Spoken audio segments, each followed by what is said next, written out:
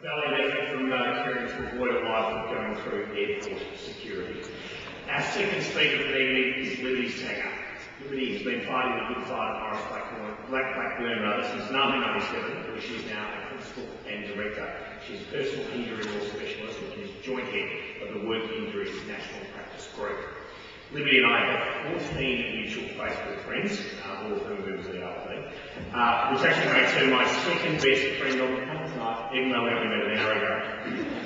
When she's not hugging massive Coco Chanel Russian dolls or dining in Hong Kong skyscrapers, she is helping out another former Monash Great Wall Week debater, John Fane, on ABC 774. So content now with inflicted injury or two on the affiliates case. Please welcome Liberty Sanger.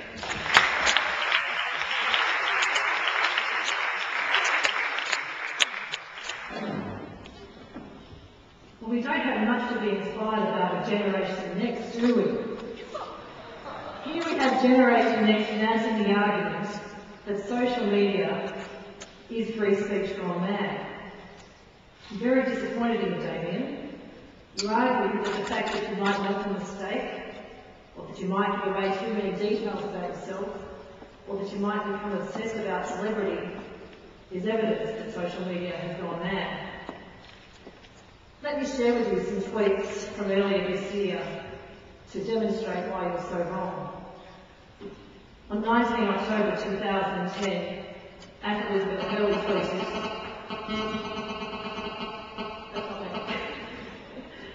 at Warmore 888, crikey, what a lot of tweets about your underpants. At Warmore 888 responded, at Elizabeth Hurley, lots of people asking about my spinner's underwear. Want to try a pair? Peak parachute style or skimpy ones, what colour? And Elizabeth Hurley responded to this as follows. Wow, what an offer.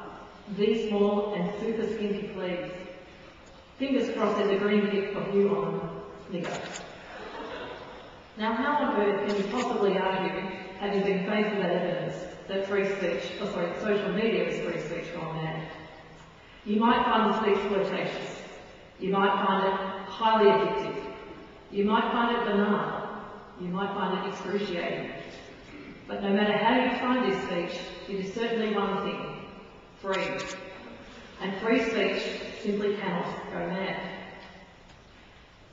And Kieran, you don't want to go to a party with the Kardashians or Lady Gaga?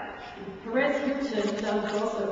You need to learn, get onto social media, learn a little bit more.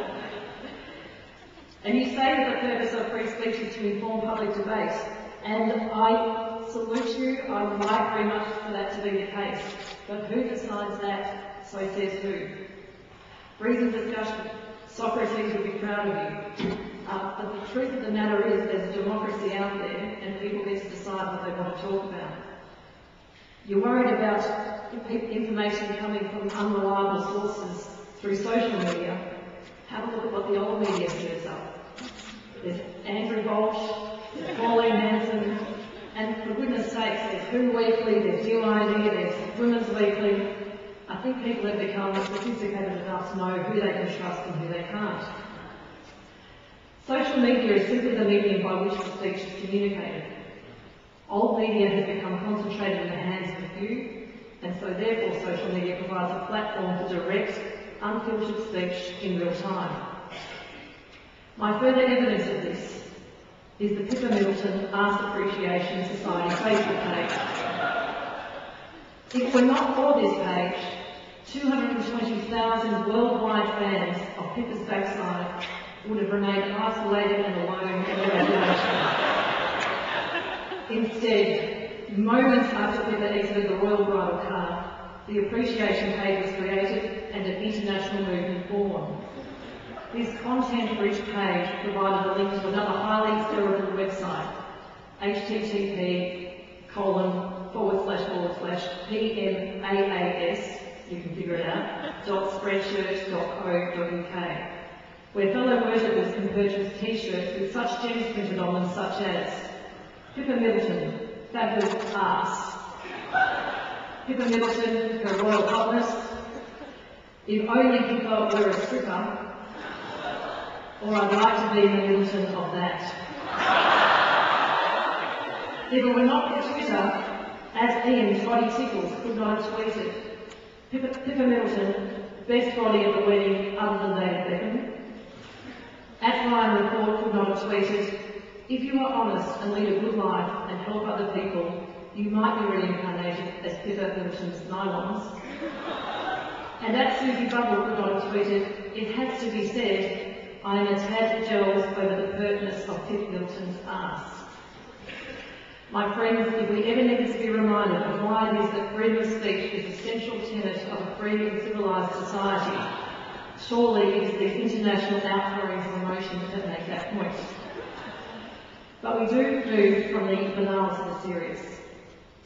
Mohammed Bouazizi, sole breadwinner for 8 members of his family, set himself alight on 17 December 2010 after his cart and produce were confiscated by the local police following years of harassment and humiliation.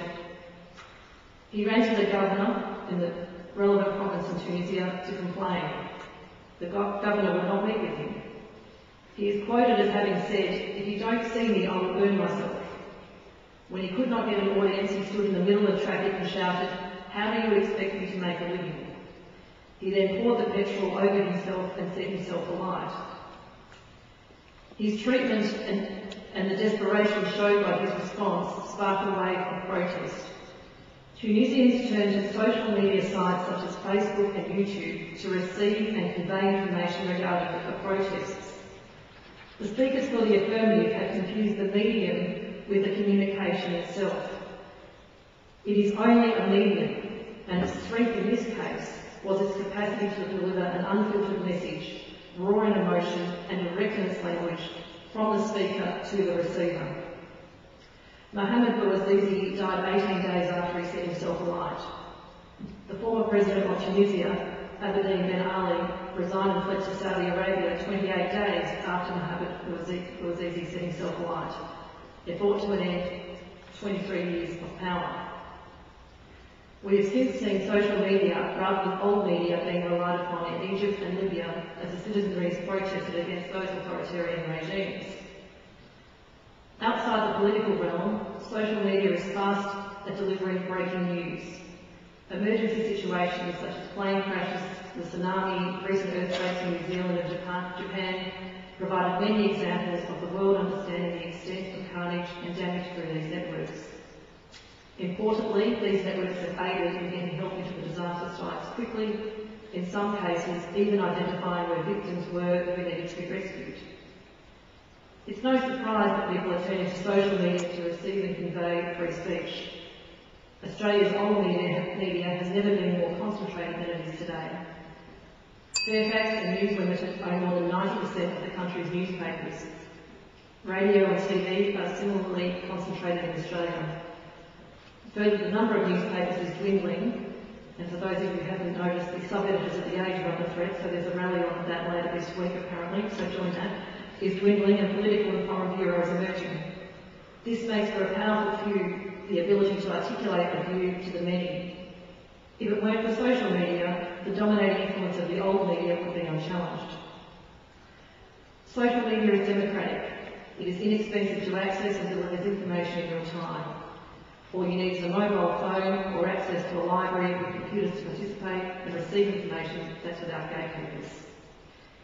It's the capacity of one person to talk to another, unfiltered, that makes the medium so dynamic. Sometimes the talk is inane, sometimes it's cerebral, sometimes it's political, and sometimes it's just plain loved up. Social media is just a reflection of how banal and brilliant the human species is. Free speech can't go mad. It is just that, free speech. Social media is simply the media through which today's speech can be freely expressed.